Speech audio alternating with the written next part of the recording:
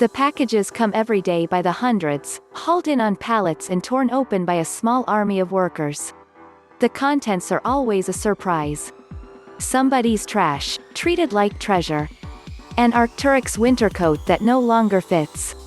Patagonia boots used to hike the Pacific Crest Trail last summer. A moto jacket from Taylor Stitch bought on a whim.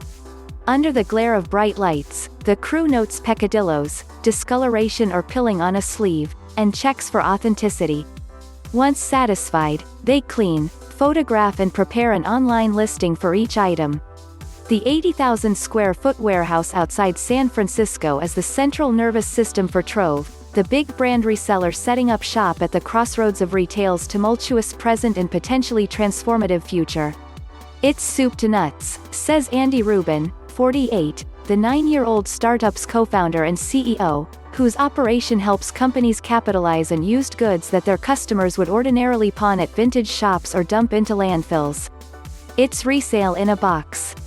Rubin operates behind the scenes to power resale offerings for Patagonia, REI, Levi's, Arc'teryx, Taylor Stitch and Eileen Fisher.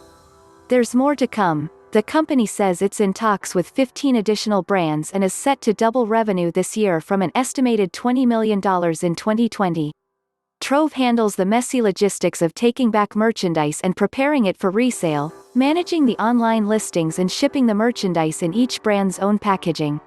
It's a one-stop shop for retail's unsexy new trend, used clothes.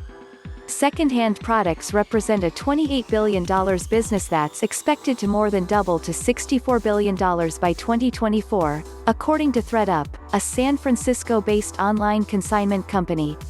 It's also where the next generation of shoppers are. Most Gen Z consumers see no stigma in buying secondhand, and 40% have bought used clothing, shoes or accessories, double that of Gen X and Boomers.